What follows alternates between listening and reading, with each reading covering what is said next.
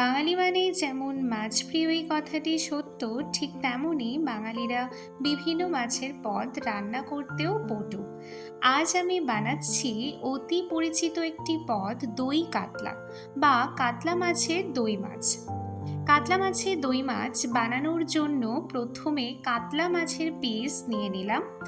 একে একে তাতে গোলমরিচ গুঁড়ো, নুন আর সাদা তেল দিয়ে ভালো করে মাখিয়ে নিয়ে রেখে দেব।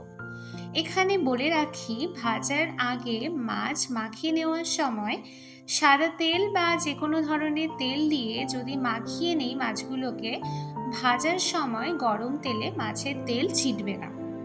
তারপর একটি কড়াতে গরম তেল নিয়ে মাছগুলোকে এক এক করে দিয়ে দেব। তারপরে ভালো করে উল্টে পাল্টে নিয়ে ভালো করে মাছটা ভাজতে থাকবো। মাছ ভাজা হয়ে গেলে একে একে প্লেটে মাছগুলোকে তুলে নেব। এরপর ওই তেলেই গোটা শুকনো লঙ্কা, লবঙ্গ, সাদা এলাচ ও তেজপাতা ফোড়ন দিলাম। এরপরে দুটো মাঝারি সাইজের পেঁয়াজ বাটা দিয়ে নেড়ে চেড়ে নিতে হবে। ভালো করে নাড়িয়ে চাড়িয়ে নেওয়ার পর আদা রসুন 1 চা চামচ বাটা দিয়ে দিলাম। এবারে মশলাটিকে ভালো করে আবারও নেড়ে চেড়ে নেব।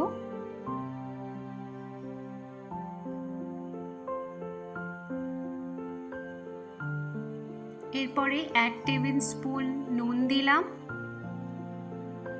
আমি আগে থেকে পোস্ত ও কাজু বাটা করে নিয়েছি, মিশ্রণের মধ্যে কাজু বাটা পোস্ত দিয়ে দিলাম।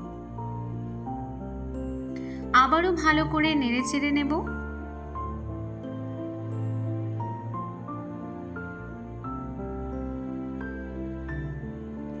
এবারে মিশ্রণের মধ্যে 1 টেবিল স্পুন জিরে গুঁড়ো, ধনে গুঁড়ো দিয়ে আবারও ভালো করে মশলার মিশ্রণটিকে কষিয়ে নেব। কষানো হয়ে গেছে, দেখতে পাচ্ছি মশলার মিশ্রণ থেকে তেল ছাড়ছে, তার মানে বুঝতে হবে মশলা ভালোভাবে কষে গেছে। এরপর একটি বাটিতে দই ফেটিয়ে নিয়ে তাতে দিয়ে দেব। কিছুক্ষণ ভালো করে আবারও নেড়ে চেড়ে কষিয়ে নিতে হবে।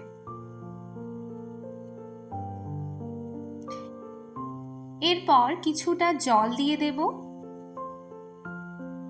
দিয়ে আবার ভালো করে নাড়িয়ে নিলাম। কিছুটা চিনি ওপর থেকে ছড়িয়ে দিলাম। দেখো, গ্রেভিটা খুব সুন্দর ফুটছে, থিকনেসও খুব ভালো হয়েছে। এরপরে আস্তে আস্তে মাছগুলো একটা একটা করে দিয়ে দিলাম। মশলার মিশ্রণের মধ্যে ভালো করে মিক্স করে নেব। এরপরে এক এক করে ঘি, গরম মশলা ছড়িয়ে নিলাম।